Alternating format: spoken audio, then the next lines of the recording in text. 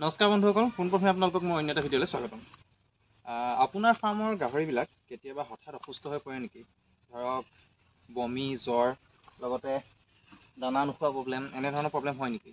যদি তেনেধৰণৰ প্ৰব্লেম হয়, যদি গাহৰিবিলাকৰ আপুনি জুখি চাইছে জ্বৰ হৈছে, তেতিয়া জ্বৰ হ'লে মানে সিহঁতক এটা ভাল মেডিচিন আছে, যিটো মেডিচিন মই ইউজ কৰিছোঁ আৰু ইয়াৰ ৰিজাল্ট ভাল পাইছোঁ।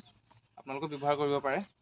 এইটো হৈছে আপোনাৰ এণ্ড্ৰষ্ট্ৰং PG, যিটো ব্যৱহাৰ কৰি আপোনাৰ ফাৰ্মত যদি জ্বৰ হয় বা অত্যাধিক যদি জ্বৰ হয়, গাহৰি ডাঙৰ হওক সৰু হওক, যদি সৰু পোৱালি হয়, পোৱালি হ'লে আপুনি 3 ml কে ইউজ কৰিব পাৰে, আৰু ডাঙৰ হ'লে আপুনি এটা দিব লাগিব, সম্পূৰ্ণ এটা দিব লাগিব এটা পোৱালি, এটা গাহৰিক। যদি পিগলেট হয় তেতিয়া 3 ml কে দিলে হৈ যায় পাৰ পিগলেট। আপোনালোকে ব্যৱহাৰ কৰি চাব পাৰে, ইয়াৰ ৰিজাল্ট বৰ্তমান সময়লৈকে ভাল পাই আছোঁ। এণ্ড্ৰষ্ট্ৰং, মই ডেছক্ৰিপশ্যনত আপোনাৰ নামটো দি দিম, যদি আপোনালোকে লাগে আনি পিনি ব্যৱহাৰ কৰি চাব পাৰে। আৰু লগতে এটা আছে আপোনাৰ কোৰাডেক্স, এইটো হৈছে কোৰাডেক্স আৰু এণ্ড্ৰষ্ট্ৰং PG দুইটাই ব্যৱহাৰ কৰিব পাৰে। কোৰাডেক্সটো ভাল, এইটোও দিব পাৰে। ইয়াৰ আপোনাৰ পাৰ পিগলেট 2 ml কে দিব লাগে, একেলগেই দুইটা মিক্স কৰি দিব পাৰে। এইটো হৈছে, ক্ষমা কৰিব, মেডিচিনটোৰ নাম এণ্ড্ৰষ্ট্ৰং PG নহয়, PZ।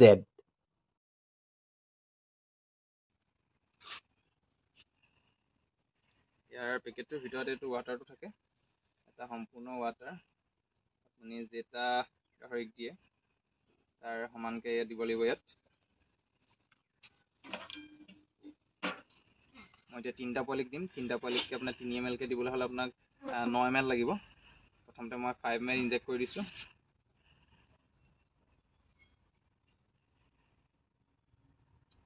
তাৰপিছত আকৌ আপোনাৰ 3 ml ল'ম, 4 ml ল'ব লাগিব আৰু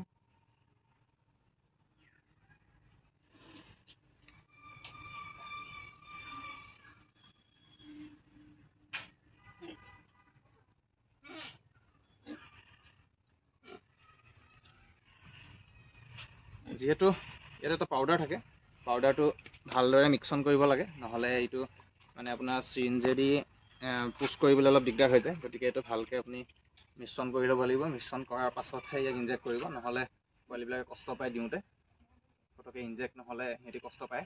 সেইকাৰণে ভালকৈ মিক্স কৰি ল'ব, মিক্স কৰি লোৱাৰ পিছতহে ইয়াক দিব পাৰিব।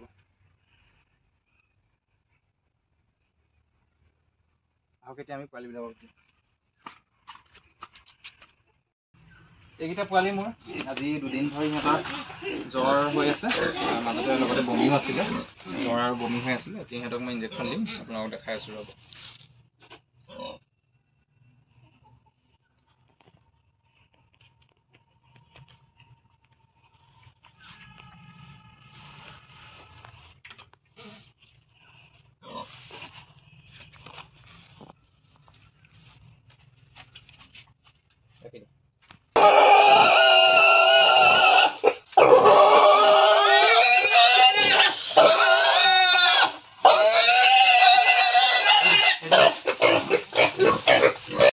ষ্টক দিম 3 ml আপোনাৰ এণ্ড্ৰষ্ট্ৰং লৈ লৈছোঁ, ইয়াৰ লগত এইটো দিয়া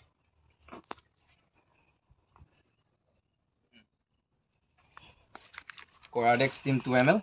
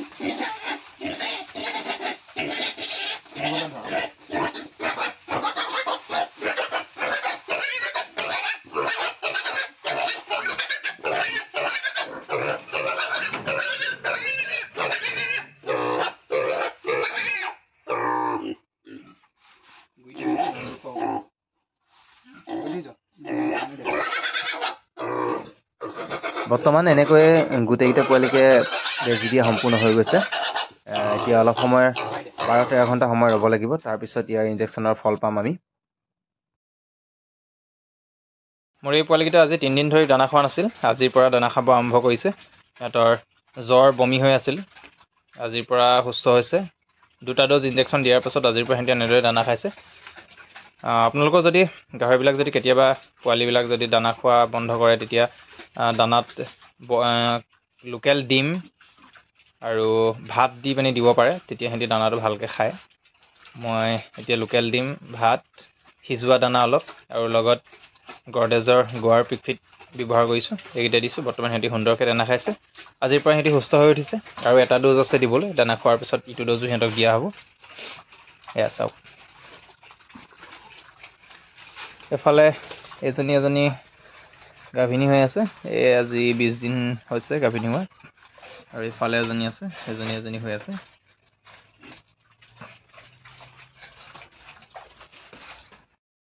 মই এনেকৈ মোৰ ফাৰ্মৰ গাহৰিবিলাকক ইনজেকশ্যন দিয়াই হওক বা বিভিন্ন ধৰণৰ ঔষধ দিয়াই হওক, এইবিলাক সদায় নিজে দিবলৈ চেষ্টা কৰোঁ।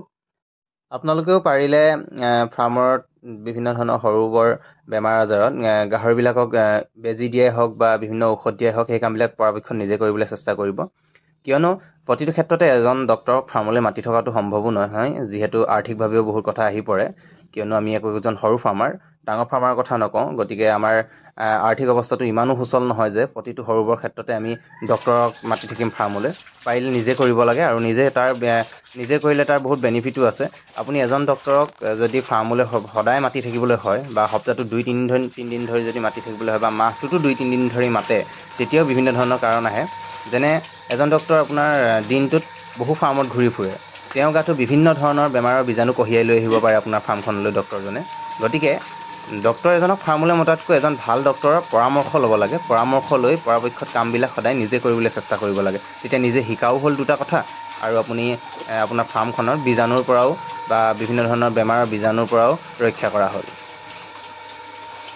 এইকেইটা হৈছে মই ব্যৱহাৰ কৰা মেডিচিনকেইটা। আপোনালোকে ইচ্ছা কৰিলে এইকেইটা মেডিচিন জ্বৰ হ'লে ব্যৱহাৰ কৰিব পাৰে, কিন্তু ব্যৱহাৰ কৰাৰ আগত এবাৰ ডক্তৰৰ পৰামৰ্শ লৈ ল'ব। ভিডিঅ'টো আৰু দীঘলীয়া নকৰোঁ, আজিলৈ ইমানতে সামৰণি মাৰিছোঁ।